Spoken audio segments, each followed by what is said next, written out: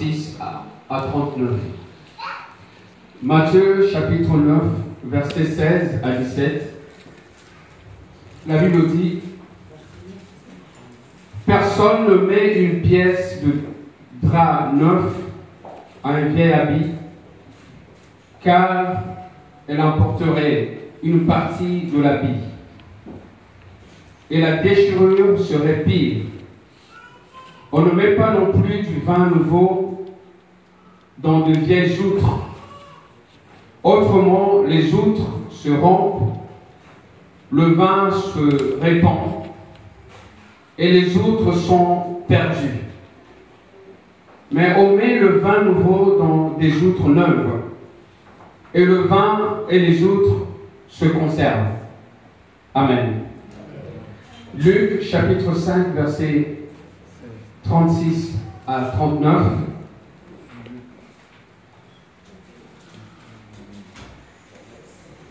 Luc 5, versets 36 à 39.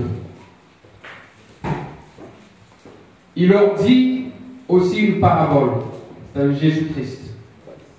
Personne ne déchire un habit neuf, un morceau pour le mettre à un vieil habit, car il déchire l'habit neuf.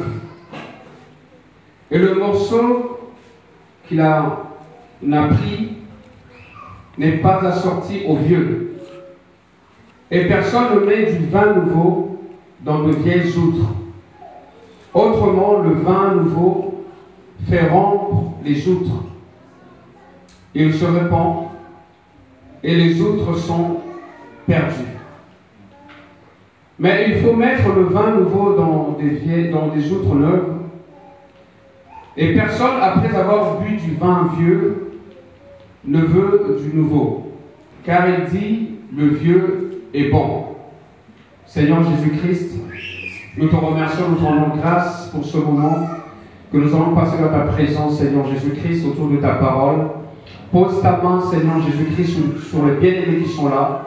Pose ta main, Seigneur Jésus-Christ, sur tous ceux qui nous écoutent aujourd'hui, Seigneur Jésus, qui sont loin, qui vont regarder cette vidéo. Nous te prions, Seigneur Jésus-Christ, de glorifier ton nom, Seigneur Jésus-Christ. Déverse ton onction, Seigneur Jésus-Christ, dans ce lieu. En ton nom puissant, nous avons prié. Au nom de Jésus-Christ, nous disons Amen. Amen. Amen. Alléluia. Vous savez, quand le Seigneur nous visite, il y a un changement. Il y a un changement qui s'opère. Quand Dieu visite quelqu'un, quand Dieu se révèle à quelqu'un, quand Dieu parle à quelqu'un, quand Dieu touche le cœur de quelqu'un, il y a un changement qui s'opère. Le changement peut être progressif. Le changement peut être aussi instantané, tout de suite. Et la personne confesse, la personne se répand, et Dieu vient faire son œuvre dans sa vie. Et Dieu marche avec cette personne. Alléluia. Nous sommes une église apostolique. Nous sommes une église pentecôtiste. Nous sommes une église où on loue le Seigneur de tout notre cœur. On ne doit pas être une église triste quand on écoute la parole de Dieu ou quand on chante. On doit manifester cette expression de joie. Vous savez, quand vous êtes triste, vous pouvez affecter la personne qui est à côté de vous. Vous savez, quand vous êtes triste, c'est comme si vous êtes en train de dire, je n'ai jamais expérimenté la puissance de Dieu dans ma vie. Vous savez, quand vous êtes triste, c'est comme si vous êtes en train de dire que Dieu n'a jamais rien fait dans ma vie. Et pourtant, vous avez le souffle de vie aujourd'hui. Et pourtant, vous marchez aujourd'hui. Vous pouvez taper les mains aujourd'hui. Il y en a qui sont morts, Sœur Pauline a mentionné. Il y a un bus où il y avait des enfants dedans.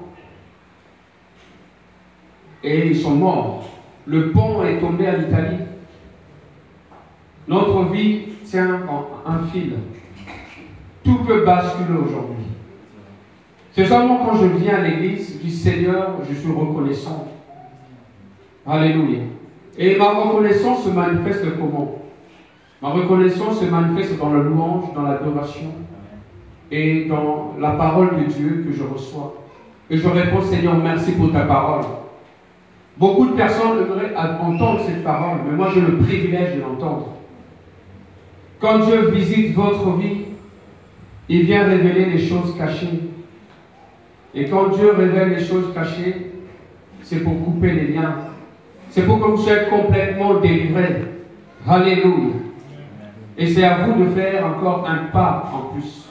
Encore un pas, encore un pas, encore un pas. La persécution sera là. Les tribulations seront là. Mais Dieu sera toujours là avec vous. Alléluia. On acclame le Seigneur. Merci Seigneur Jésus. Alléluia. Amen. Il y a un changement qui s'opère. Il nous purifie et nous sépare de notre ancienne vie. On a parlé tout à l'heure de ces deux passages que nous avons lus. Écoutez-moi très bien, je vais vous donner quelques révélations. Dieu nous sépare de notre ancienne vie. Je suis maintenant une nouvelle créature. Alléluia. Et quand on est une nouvelle créature, les choses changent. Comme je dis toujours, s'il y avait un gouvernement satanique, démoniaque, qui contrôlait votre vie, quand Jésus-Christ vient vous visiter, votre vie change. Jésus-Christ vient établir son gouvernement dans votre vie. Et lui-même est le roi des rois. Il règne dans votre corps. Il règne dans votre vie. Alléluia. Et il vous amène toujours vers le haut. Vous devenez un chrétien, une chrétienne forte. Alléluia. Personne ne peut vous dire que non, vous vous trompez. Nous avons ici notre bien-aimé Samy. En dormant, il a vu Jésus-Christ. Et Jésus-Christ l'a touché. Et Jésus-Christ lui a parlé. Tu dois chercher ma face. Et il cherche la face de Dieu. Donc vous remarquez que quand Jésus-Christ vient vous visiter, il y a quelque chose qui change. Il y a un processus qui commence. Amen. Et ce processus-là ne va pas s'arrêter. S'il y a quelque chose qui arrête ce processus, voilà David, c'est qu'il y a quelque chose qui ne va pas. Entrez en profondeur. Priez. Tu dis, Seigneur, révèle-moi qu'est-ce qui me bloque. Qu'est-ce qui bloque le processus complet de ma délivrance. Et le Seigneur va le faire. Parce que votre cœur est ouvert à la parole de Dieu. Votre cœur est ouvert au salut. Alléluia. Et le Seigneur vient dans votre vie, il règne. Puisque Jésus-Christ règne, alléluia, les ténèbres s'enfuient. Dites à votre voisin, puisque Jésus-Christ règne, les ténèbres s'enfuient. Au nom de Jésus-Christ. Alléluia. J'ai décidé de pénétrer le combat spirituel. Parce que le diable nous a tellement trompés. Le diable, c'est un menteur. Il faut lui dire, tu n'auras pas mes enfants. Il faut lui dire ça, il faut confesser ça. Il faut lui dire, tu n'auras pas ma femme, tu n'auras pas mon mari, tu n'auras pas mes amis. Au nom de Jésus-Christ. Alléluia. Parce qu'il y a une onction spéciale qui vient dans ma vie. C'est le titre de mon message aujourd'hui. L'onction fraîche. L'onction du Saint-Esprit. Et quand l'onction vient dans votre vie, alléluia, tout ce qui est ancien doit être brisé maintenant au nom de Jésus-Christ. Alléluia. Amen. Que personne ne se moque de vous. Que personne sous-estime qui vous êtes.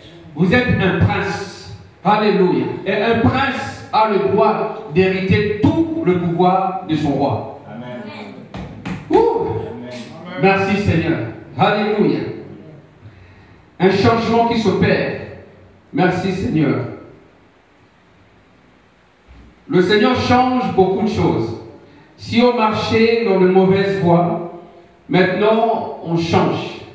On choisit le chemin du Seigneur. Alléluia. Et on marche avec le Seigneur parce que lui est la lumière. Amen. Il nous guide.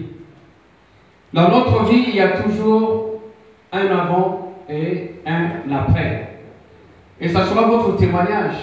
Quand vous allez vous promener dans les rues, quand vous témoignez la puissance de Dieu, et vous dites aux gens, regardez comme j'étais avant, et regarde maintenant comment je suis devenu aujourd'hui. S'il n'y a pas de différence, c'est qu'il y a encore un problème.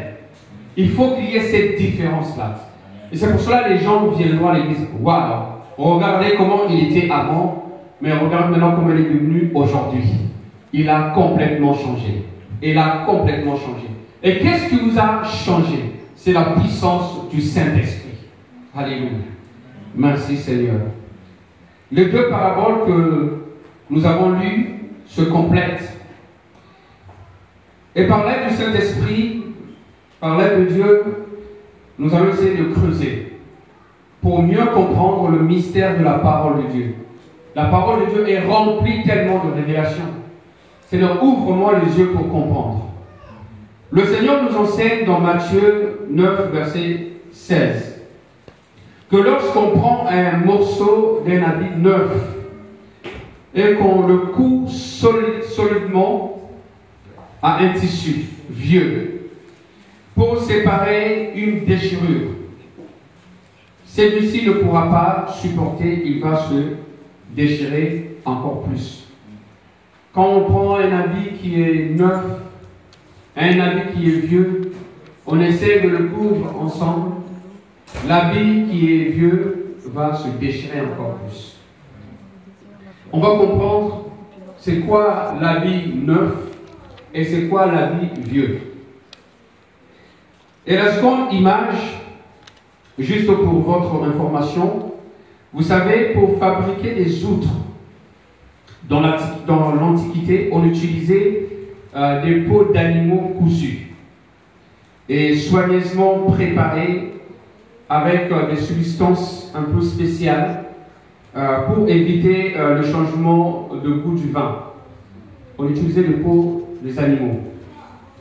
Mais avec le temps, ces outres devenaient dures et ça se cassait facilement. Alors quand on mettait dans des vieilles peaux du vin nouveau, dont maintenant la fermentation n'était pas encore totalement terminée, alors quand le vin se fermentait et qu'on mettait ce vin nouveau dans des peaux qui étaient devenues vieilles, ce qui s'est passé, les outres se cassaient. Vous comprenez que l'onction du Saint-Esprit, qui représente le vin nouveau, vous comprenez? L'onction du Saint-Esprit vient dans votre vie, dans votre corps, qui représente cette vieille outre qui était tellement vieille,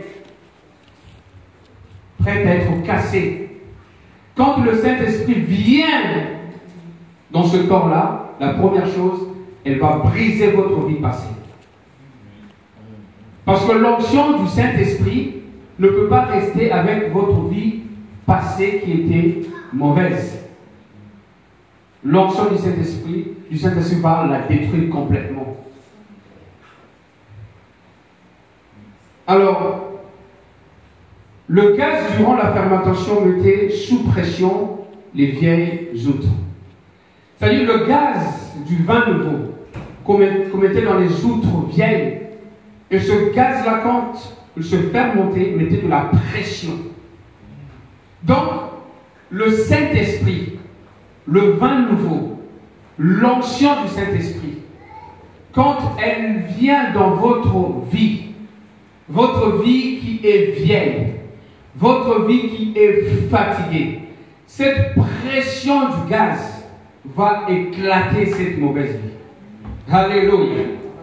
C'est pour cela que vous ressentez, quand il y a la présence de Dieu dans votre vie, vous ressentez une pression. Cette pression-là, pourquoi? C'est pour que votre vie change complètement. C'est pour que votre vie ne soit plus la même. Alléluia. Et ne résistez pas à cette pression-là du Saint-Esprit. C'est une bonne pression pour que votre vie change.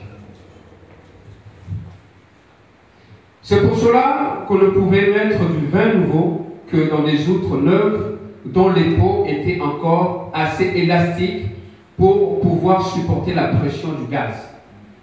C'est pour cela quand le Saint-Esprit vient dans votre vie, c'est après avoir confessé ses péchés.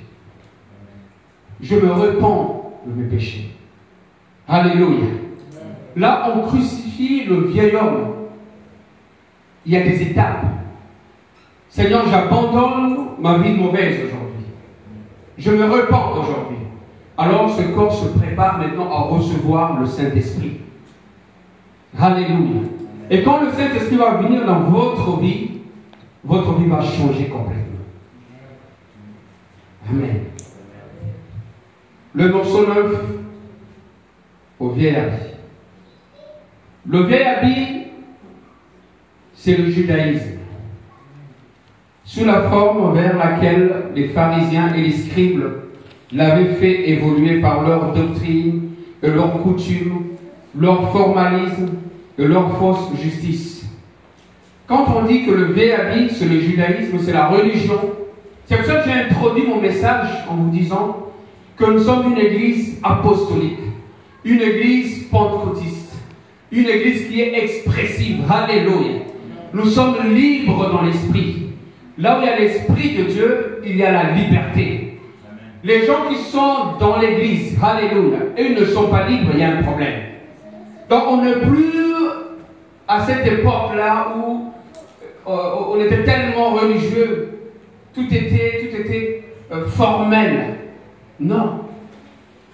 Il faut que le Saint-Esprit casse ce formalisme pour que vous soyez libres dans la présence de Dieu. Allez, quand vous vous libérez dans la présence de Dieu, c'est là que vous allez libérer les autres. Quand vous louez le Seigneur de tout votre cœur dans la présence de Dieu, vous allez voir les autres vont louer le Seigneur de tout leur cœur. Alléluia. On doit être libre dans la présence de Dieu. Amen. C'est pour cela le Seigneur nous avertit dans Matthieu 5, verset 20. Matthieu 5, verset 20, la Bible dit, « Car, je vous le dis, si votre justice ne surpasse celle des scribes et des pharisiens, vous n'entrerez point dans le royaume des cieux. » Les pharisiens apparaissaient justes parce qu'ils respectaient la loi, ils respectaient les ordonnances. Mais Jésus-Christ nous dit que notre justice doit dépasser celle des pharisiens. Est-ce possible? Est-ce possible? Je vous dis oui. Parce que Jésus-Christ nous a dit que tu aimeras ton Dieu de tout ton cœur, de toute ta force et de toute ta pensée. Et tu aimeras ton prochain comme toi-même. Alléluia. Si tu fais cela, cela veut dire que tu dépasses la justice des pharisiens. L'amour de Dieu. Quand tu aimes Dieu et que tu n'aimes pas ton prochain, ce que tu n'aimes pas Dieu. Quand tu dis que j'aime Dieu et que je n'aime pas mon prochain, en réalité vous n'aimez pas Dieu.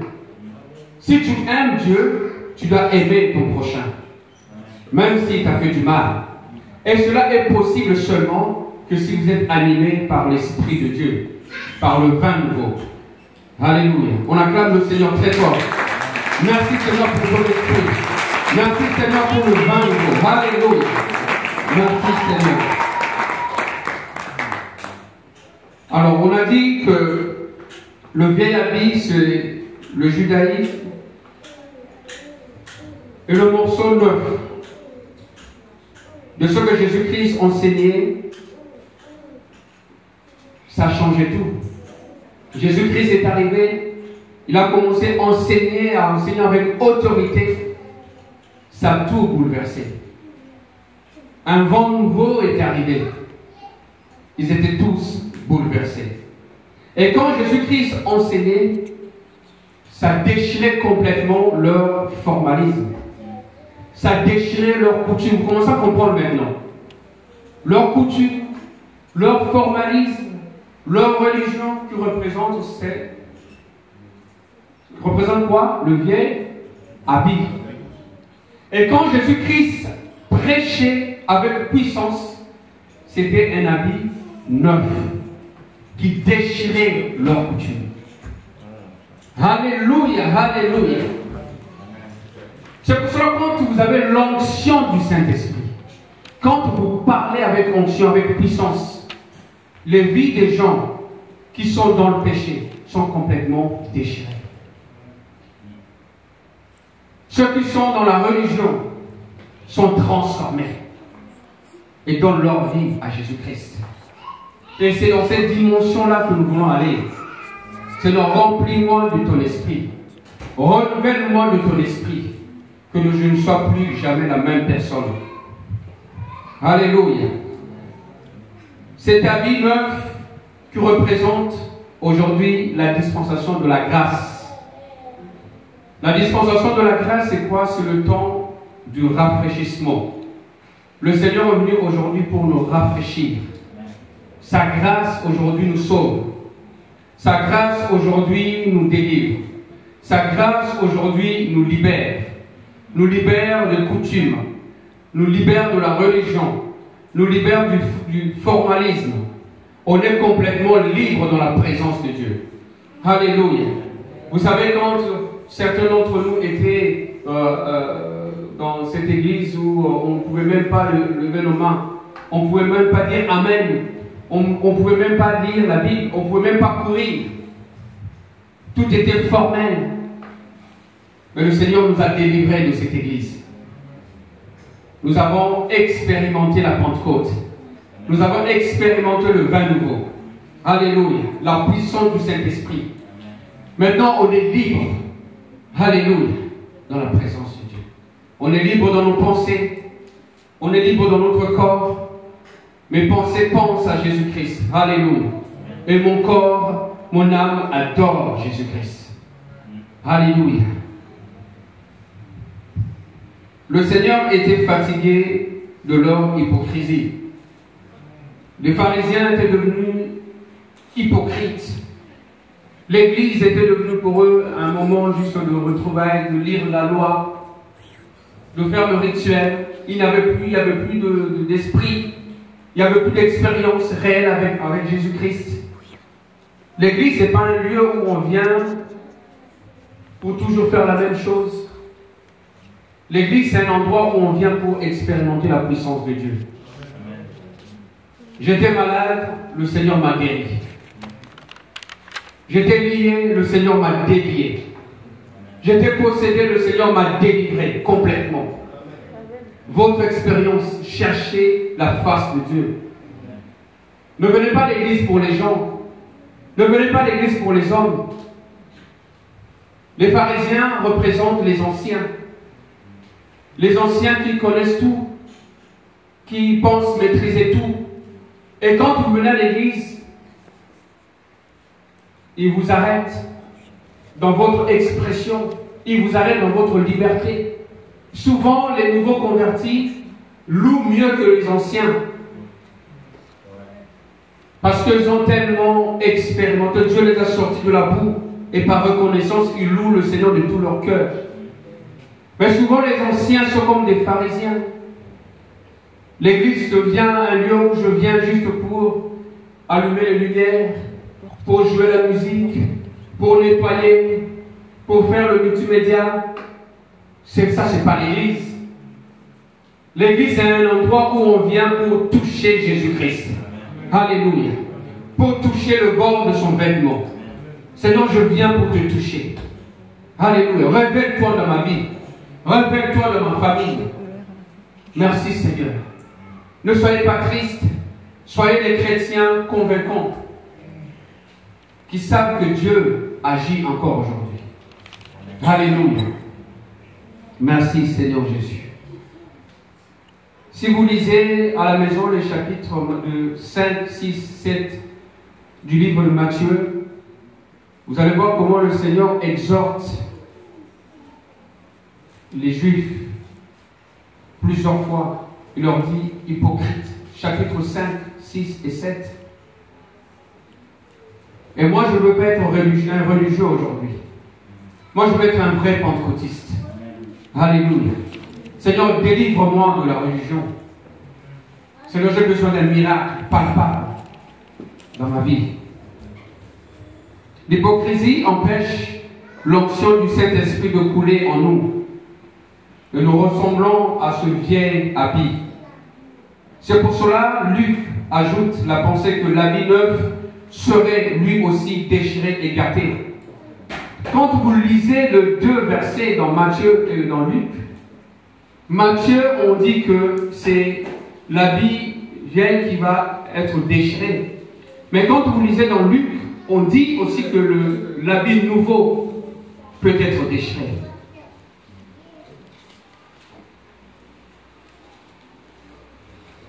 Ici, on veut nous apprendre que nous, chrétiens, remplis du Saint-Esprit, frère David, on ne doit pas se mélanger. On ne doit pas se mettre sous un joug étranger avec des non-convertis et pécher avec eux. Le vieil habit et l'habit neuf ne peuvent pas se mettre ensemble. Et ça, on appelle le compromis. Ils vont prendre votre onction. Ils vont baisser votre onction. Seigneur, je veux repousser cela. Alléluia. Est-ce que quelqu'un peut dire ça? Seigneur, je repousse cela. Au nom de Jésus-Christ. Alléluia. Ne vous mettez pas avec des infidèles sous un joug étranger. Seigneur, je sais que tu m'as appelé aujourd'hui à te servir. Et je veux me disposer pour que tu puisses me remplir encore. Quand je vais voir ces gens-là, c'est moi qui les influence par la puissance de la parole de Dieu. Par le Saint-Esprit que le Seigneur a mis en moi. Tout à l'heure, nous allons prier pour que le Seigneur vous visite. Nous allons prier pour que vous soyez remplis du Saint-Esprit. Confessez vos péchés. Priez du Seigneur, remplis-moi de ton esprit. Parce que l'Esprit de Dieu va vous aider quand vous allez sortir d'ici pour faire face à toutes les attaques que nous avons dans le monde. Du vin nouveau dans de vieilles outres. On ne met pas non plus du vin nouveau dans de vieilles outres. Autrement, les outres se rompent, le vin se répand et les outres sont perdues. Mais on met le vin nouveau dans des outres neuves. Et le vin et les outres se conservent. Alléluia. Merci Seigneur. Gardez le Saint-Esprit que vous avez. Gardez la présence de Dieu que vous avez. Alléluia. Chérissez la présence de Dieu que vous avez. Amen. Merci Seigneur.